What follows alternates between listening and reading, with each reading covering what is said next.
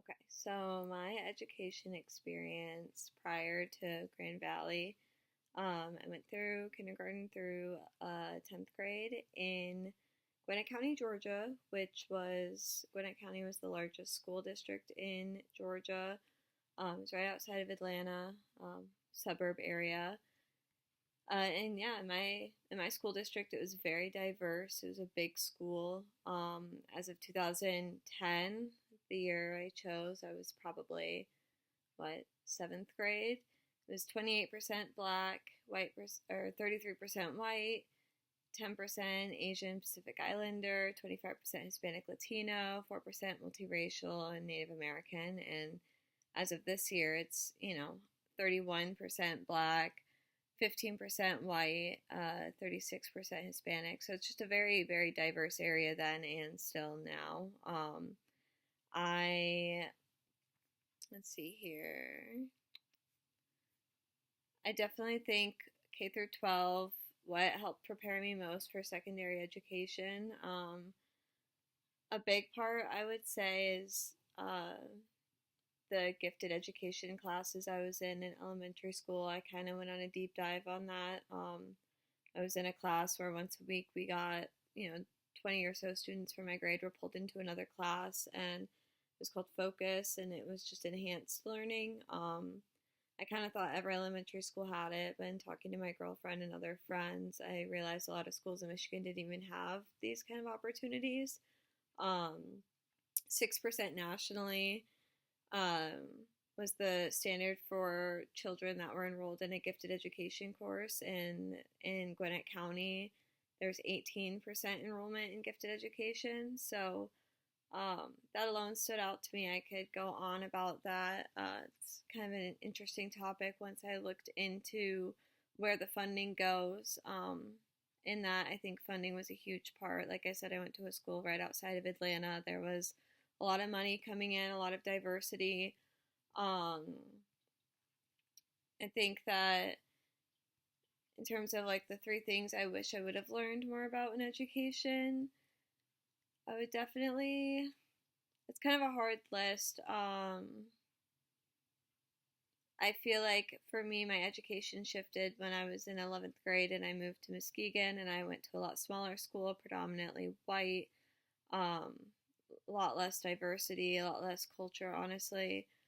Um, I put empathy down. I think that small towns, especially, don't really teach a bigger perspective. I definitely felt ostracized when moving there and when joining so late in the game to the community that had already been built. A lot of these kids have been going to school together since kindergarten. I imagine a lot of y'all have gone to school, if you went to school in Michigan, K through 12 somewhere, smaller towns, not a lot of outsiders welcome. In terms of like bigger picture, real world scenarios was on my list. I definitely did not feel prepared for taxes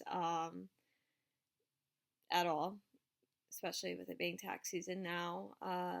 Still don't feel prepared for it. Money either. I feel like there's not enough conversation with students, especially younger students, about the real big picture of money and where it stands and how to handle it and what to do when you get a job and how to put money away in savings. I'm 27 and still learning these things, and I've had a 401k for years and don't know how it works. And I understand I can educate myself, but I definitely think that's lacking in public education. It's just preparing people for the bigger picture. The biggest issues I have in the American educational system, definitely the lack of funding in rural urban areas. This class has opened my eyes to a lot. Going to school in the largest, best funded or most well funded district in Georgia, but also seeing the rural communities, it's very night and day. There's not a total agreement on how money should be spent in education. I think language diversity is another huge part.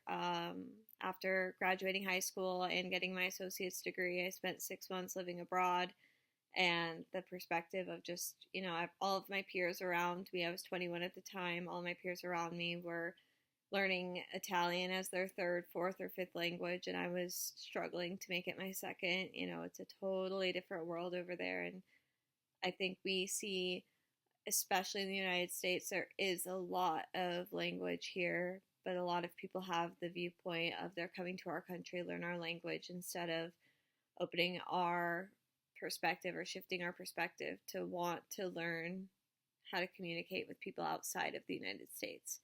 And then, yeah, outcomes post high school. I think that going to school in Georgia and in Michigan, there just was not a lot of true understanding for the real world. I'm 10 years post high school next year, which is daunting, but I think that you learn a lot as you go, but I definitely can look back now and see maybe I wouldn't have struggled so much with certain parts of growing up if I had more defined understanding in school. And with that, in my opinion, of what role should the government play, I think just the common goal, the whole point of our education system is to prepare the next generation to come in and take over and to implement the structure and the ideas. And we kind of look at, when I was in school, it felt like a chore. It's felt like a chore for most generations, but the mindset of the adults who are building this next society should be encouraging it to not be a chore, but an opportunity. And I think changing the federal side of things, the bigger picture, where the funding is coming from, and changing that goal is going to be able to implement that in students. But as long as we're not funding it and we're not making it a priority, why would we expect, 6-year-olds, 8-year-olds, 12-year-olds, even 18-year-olds to prioritize something that no one around them is making important? And so just changing the common goal of wanting to prepare our next generation would tremendously shift where our education system is at today.